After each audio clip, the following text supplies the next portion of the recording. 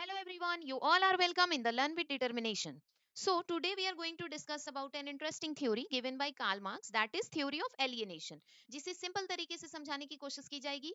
अगर फोकस करेंगे तो बहुत मजेदार लगेगा ये थ्योरी. ओके, तो चलो शुरू करते हैं. ये देखो यहाँ पे है कार्ल मार्क्स. ये कार्ल मार्क्स, ये उनकी किताबें, और यहाँ फैक्ट्रीज है जिनसे धुआं निकल रहा है जो साफ तौर पर दिख रहा है, जिसके अगेंस्ट में कार्ल मार्क्स अपनी पूरी लड़ाई लड़ते रहे लाइफ टाइम. ठीक है, तो कार्ल मार्क्स क्या थे?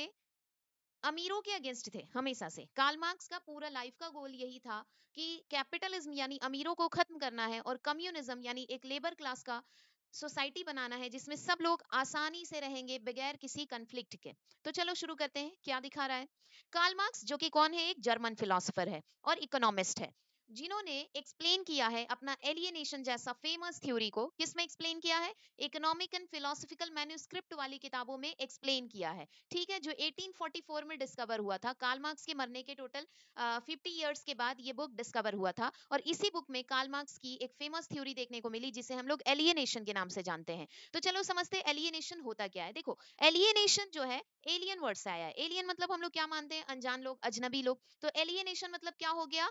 According two marks, alienation is the process. Alienation एक ऐसा अमल है या तरीका है where a worker feels separated from the product of his own labor, जहां वर्कर अपनी ही मेहनत से बनाए हुए प्रोडक्ट से अलग थलग फील करता है. ठीक है, अब कैसे? एग्जांपल लेते हैं. Imagine this, you work hard to make something. तुम बहुत मेहनत कर रहे हो कुछ बनाने के लिए. एग्जाम्पल ले लो, एक कार बनाने के लिए. But it does not belong to you, लेकिन ये कार तुम्हारा नहीं है. इंस्टेड, इसके बजाय it is sold by someone else, इसे किसी और के जरिए बेच दिया जाता है, किसी और को बेच दिया जाता है. This creates a feeling of powerlessness and detachment. अब वो क्या है? वर्कर क्या होगा, चूंकि वो कार वो अपने लिए नहीं बना रहा है, तो एक अपना एक कॉमन एफर्ट लगाएगा. मतलब हमेशा रोज की तरह एक ही जैसा काम करेगा, उसमें कुछ अपना एफर्ट नहीं लगाएगा, क्योंकि वो जान रहा है वो जो सामान बना रहा है वो उससे ताल्लुक नहीं रखता है, वो उस सामान से उसको कोई मतलब नहीं है, ना ही वो अफोर्ड कर सकता है वो कार खरीदने में, ना ही वो खुद चला सकता है. तो वो क्यों उतना दिल दिमाग लगाकर बनाएगा? बस एक नॉर्मल रूटीन वर्क रोजाना करेंगे वर्कर. तो वर्कर का क्या होता है, अपने काम से बस इंटरेस्ट खत्म हो जाता है, एक रिस्पॉन्सिबिलिटी, एक फॉर्मेलिटी के तौर पर अपना उनको काम करना पड़ता है, just to earn their living, अपने रोजी रोटी कमाने के लिए, अपनी जिंदगी सरवाइव करने के लिए, जिंदगी में सरवाइव करने के लिए बस वो काम करना पड़ता है. तो कार्ल मार्क्स का ये कहना था, क्यों ना ये जो यहाँ पे वर्कर्स जो काम कर रहे हैं, क्यों ना ये काम को इंटरेस्टिंग बनाया जाए, उनके पोटेंशियल के हिसाब से दिया जाए, उनके एबिलिटी के हिसाब से दिया जाए, तो वो काम ज्यादा अच्छा होगा. ये अमीर गरीब का फासला ही खत्म हो जाएगा. तो देखो, नेक्स्ट आते हैं रीजन कि ये क्या है. अच्छा, ये स्लाइड आई होप कि समझ आ गया होगा. कार्ल मार्क्स एक जर्मन फिलोसोफर और इकोनॉमिस्ट थे. उन्होंने एलियनेशन को अपनी किताब इकोनॉमिक एंड फिलोसफिकल मैन्युस्क्रिप्ट में डिस्कवर किया था, मतलब लिखा था. मार्क्स के अकॉर्डिंग एलियनेशन का मतलब होता है जब एक वर्कर अपने ही मेहनत से बनाए हुए प्रोडक्ट से अनजान फील करने लगे, इंटरेस्ट खत्म हो जाए उसका. एग्जाम्पल भी दिया गया है कि सपोज कर लो कि बहुत मेहनत करके तुमने एक कार बनाया, लेकिन वो कार तो तुम्हारा होता नहीं है, वो किसी और को बेच दिया जाता है. तो वो कार बनाने में जो एफर्ट लगता है ना, वो तुम अपना 100% नहीं दोगे, बस एक फॉर्मेलिटी के तौर पर रोज आओगे, रूटीन वर्क करोगे और चले जाओगे. इससे क्या होगा, तुम्हारे लाइफ से, तुम्हारे काम से इंटरेस्ट खत्म हो जाएगा, जिससे तुम कुछ नया नहीं कर पाओगे और तुम्हारा डेवलपमेंट हो नहीं पाएगा. तो कार्ल मार्क्स का मानना था ये अमीरों का बनाया गया एक जाल है जिसमें वर्कर फंसे रहते हैं और वो कभी अपनी एबिलिटी को महसूस ही नहीं कर पाते हैं, जिससे वो अपने ऊपर, अपने लेवल से ऊपर नहीं जा पाते हैं. गरीब है तो गरीब ही रह जाते हैं, और अमीर लोग तो अमीर हो ही रहे हैं इन वर्कर्स की वजह से. तो रीजंस देखते हैं क्या क्या रीजन है क्यों वर्कर को ऐसा फील होता है. सबसे पहला रीजन है, देखो, कैपिटलिज्म. कैपिटलिज्म के पास क्या होता है? पैसा होता है, भर भर के पैसा होता है. कैपिटलिज्म का काम होता है पैसा को इन्वेस्ट करना, बड़े बड़े बिजनेसमैन. तो इसलिए for Marx the root cause of alienation lies in capitalism. Marx मानते हैं ये जो वर्कर्स में क्या हो रहा है, एलियनेशन वाला फीलिंग आ रहा है ना, ये फीलिंग का सबसे बड़ा और मेन कारण क्या है? ये कैपिटलिज्म, यानी कि ये अमीर लोग और इनका इन्वेस्ट किया हुआ पैसा. क्यों? इन ए कैपिटलिस्ट सोसाइटी, एक ऐसा समाज, कैपिटलिस्ट सोसाइटी उसको बोलेंगे जहां अमीर लोग ज्यादा रहते हैं, रिच लोगों की तादाद ज्यादा होती है. तो कैपिटलिस्ट सोसाइटी में क्या होता है, workers are unable to realise their true potential. Workers को मतलब ये एहसास ही नहीं होता है कि उनके अंदर भी बहुत सारा एनर्जी भरा हुआ है. Potential means energy. ठीक है, उनके अंदर भी कैपेबिलिटी, एनर्जी भरा हुआ है, लेकिन वो रियलाइज नहीं कर पाते हैं, because they are only engaged in producing goods for others, क्योंकि उनका काम ही होता है दूसरों के लिए सामान को बनाना. जैसे एक एग्जांपल ले लेते हैं, हम लोग अगर ऐसे ऐसी जगह जाते हैं जहां सब लोग क्या है, बहुत टैलेंटेड है, और अभी मेरा जर्नी का शुरुआत है. ठीक है, अभी हमको उतना बोलना नहीं आता है, उतना लोगों के साथ इंटरैक्ट करना नहीं आता है, तो वहां हम ना उतने लोगों के बीच में भी खुद को क्या करेंगे, अनजान अजनबी जैसा फील करेंगे। क्यों? क्योंकि वहां जो है, वहां के लोगों का जो टैलेंट, कॉन्फिडेंस देखकर हम अपने अंदर भी वो कॉन्फिडेंस है मेरे अंदर, लेकिन हम वो रियलाइज नहीं कर पा रहे। हम अपने से ऊपर के लोगों को क्या कर रहे हैं, डर रहे हैं। और वो डर को अगर कोई मेरा बाहर नहीं निकालेगा तो वो डर मेरे अंदर लाइफ टाइम रहेगा, और वही कॉन्फिडेंस मेरे अंदर कभी बाहर निकल ही नहीं पाएगा, जिससे हम वहीं के वहीं रह जाएंगे, मेरा डेवलपमेंट रुक जाएगा। तो मार्क्स का ये पहला रीजन समझ आया। मार्क्स ने क्या बताया कि कैपिटलिज्म की वजह से क्या होता है, लोगों में एलियनेशन आता है, क्योंकि कैपिटलिस्ट सोसाइटी जहां हर तरफ अमीर ही लोग दिख रहे हैं, तो वर्कर्स क्या होते हैं ना, मन ही मन मान लेते हैं कि हम कभी आगे बढ़ नहीं पाएंगे, मेरा तो काम ही है, हम मेरा इतना ही लेवल है कि हम काम करें और पैसा कमाए, खाए पिए सो जाए, ठीक है। तो वर्कर्स आर अनेबल, वर्कर्स को महसूस ही नहीं हो पाता है देयर ट्रू पोटेंशियल, उनका खुद का एनर्जी, उनका खुद का टैलेंट, कैपेबिलिटी वो लोग रियलाइज नहीं कर पाते हैं, क्योंकि उनका काम ही होता है दूसरों के लिए सामान बनाना, ठीक है।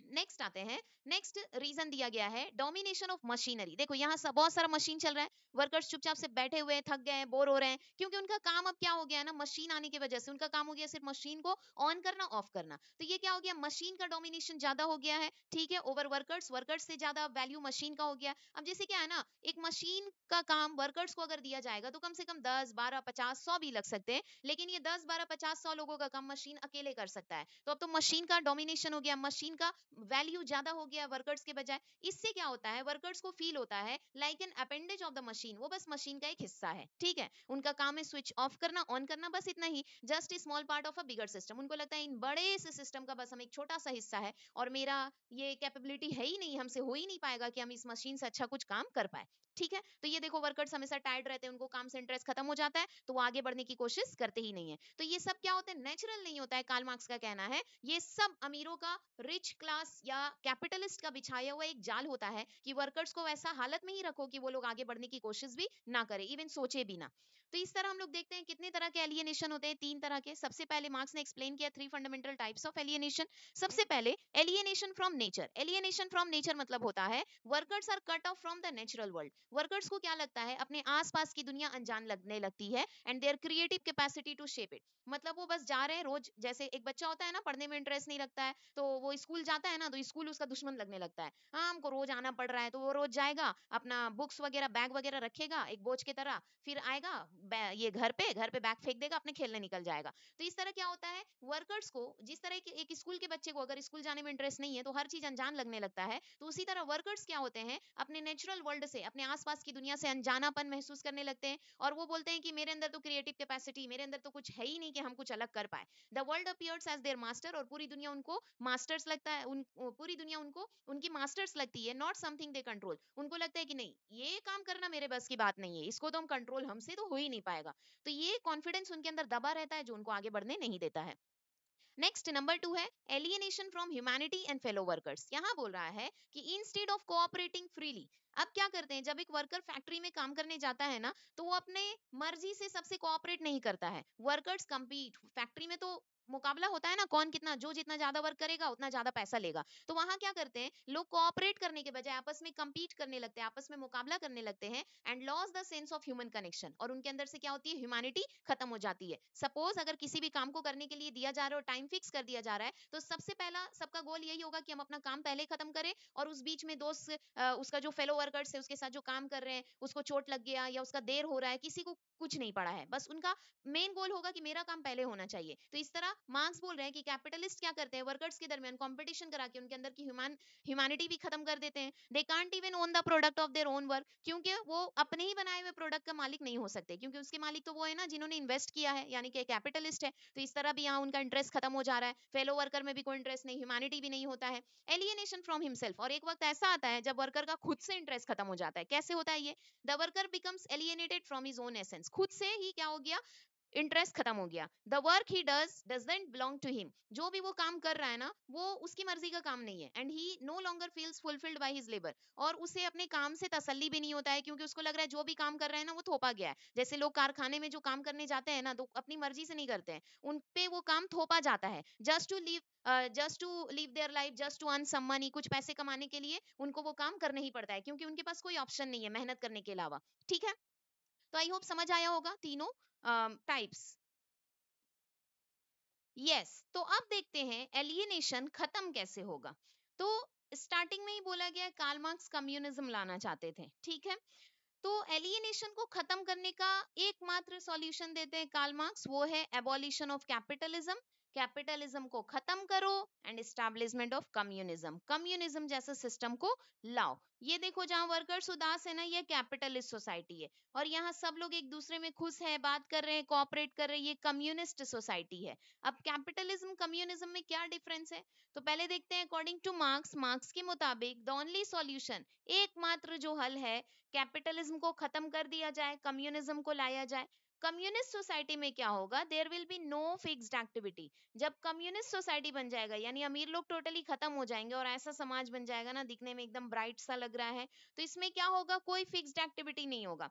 तुमको यहाँ पे देखो, इस आदमी को मन कर रहा है चलो रिक्शा चलाना है, तुम रिक्शा चलाना, तुमको कार चलाने का मन कर रहा है, तुम कार चलाना, तुमको कुछ नहीं करने का मन कर रहा है, नहीं कुछ मत करना, ठीक है। तो ऐसा समाज होगा, कोई फिक्स्ड एक्टिविटी किसी का नहीं होगा। Every person will be free from alienation, यहाँ सबका एलियनेशन खत्म हो जाएगा, क्योंकि सबको सबकी मर्जी के मुताबिक करने दिया जा रहा है। No one will have exclusive control, कोई किसी पे कंट्रोल नहीं करेगा, जिसका जो मन आ रहा है, जो काम करने का मन कर रहा है वो करेगा। And each individual can develop in any branch they choose, और हर एक इंडिविजुअल जिसको जो काम पसंद आ रहा है वो काम करेगा। लेकिन यहाँ पे क्या है ना, जो इनकम होगा ना, वो इनकम सब लोगों में बराबर का डिवीजन होगा, ठीक है। तो यहीं पे कार्ल मार्क्स को थोड़ा क्रिटिसाइज किया जाता है कि चलो सब तो ठीक है, सब लोग अपनी मर्जी का काम करेंगे, लेकिन इसमें क्या होगा, बोल रहा है कि इसका मान लो 2 लाख रुपए अर्निंग है, इसका 10,000 रुपए अर्निंग है, तो सब क्या करना होगा, इकट्ठा करके सब में बराबर का बंटवारा करना होगा, ठीक है। तो ये तो कोई ऐसा करना नहीं ना चाहेगा, जो कम काम कर रहा है उसको भी उतना ही पैसा मिल रहा है, जो ज्यादा कर रहा है उसको भी उतना पैसा मिल रहा है।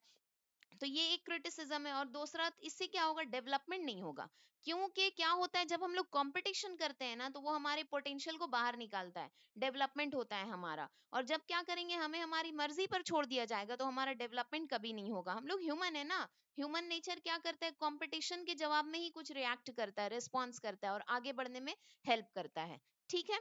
तो आई होप कि एलियनेशन समझ आ गया होगा, बहुत ही इंटरेस्टिंग थ्योरी है, बहुत मजा आता है पढ़ने में। तो जिसको भी हेल्पफुल लगा वीडियो, प्लीज लाइक से